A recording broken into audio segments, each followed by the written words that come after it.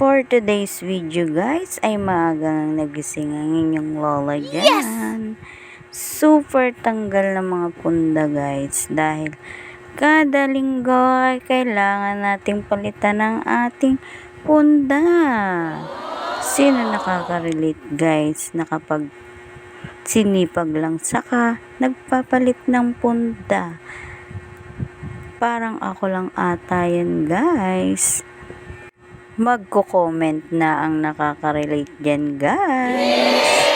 Minsan nga guys, kapag sinipag-sipag pa talaga ako ay pinapaaraman ko pa yan guys. Pero sa ngayon guys ay laging nagbabadya ang langit guys. Hindi mo aakalain na bigla-bigla na lang umaambon guys. At tapos bigla ka pang nakatulog, naiwan mo ang inyong unan sa bubungan. Di lalo ka pang nawalan ng uunanan. Kanta-kanta nga ang inyong lola dyan. Nag-i-enjoy atang magpalit ng punda guys. Pakita niya talaga sa inyo guys na masipag siya for today's video. Kunwari nagpapalit ng punda guys, pero sinipag lang talaga yung lola niyo dyan. Habang nag-aantay nga ng oras para pumasok ang kanyang pretty daughter guys, ay ayan, sinipag magpalit ng punda. Sana lagi na lang sinisipag ang lola nyo guys. At nagtiklop pa ng mga kumot guys, ay talaga naman. Masabi lang masipag guys.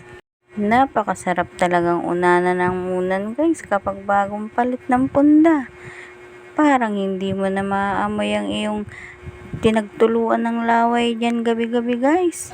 Kaya kailangan din natin palit-palitan ang ating punda. Habang nag-aantay nga ako guys ng oras dahil papasok nga ang aking pretty daughter guys, ay naghanap-hanap ako talaga ng pagkakaabalahan ko. Eto nga ang napagtripan ko guys, ang magpalit ng punda. Tutulog pa sana ako dyan guys, pero naisip ko na baka mapasarap ang tulog ko at hindi ko magising ang aking pretty daughter at baka hindi makapasok for today's video. Alam nyo naman guys, ang lola nyo masandal tulog. Pati ata una ng kapitbahay namin guys ay nilagyan niya na ng punda.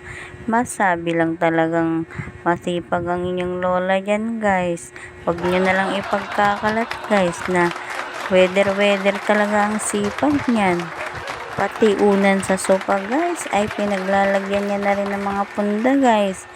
Talaga naman, super sipag talaga siya for today's video. Malaki-laki ata ang nabigay ng driver niya ngayon na pambudget guys. Kaya super sipag talaga siya ngayon. Ginising ko na nga dyan ang aking pretty daughter guys. Hindi ko na talaga napakita sa video guys. Dahil super nag-i-enjoy siya. Ayan, nagsisinayaw-sayaw pa guys. Kakasayaw ko guys ay nakalimutan ko, meron pala akong kaping tinimpla guys. Ayan, ininom ko na ng diretso dahil malamig na, asin lamig na ng ilong mo. Ay, ilong pala ng iba guys. Tinodo na talaga ang sipag guys, pati mga kumot ay pinagtitiklop na guys. Ayan, parang nagmamagic pa. Aatin-ata ng ati-atihan tong lola niya for today's video.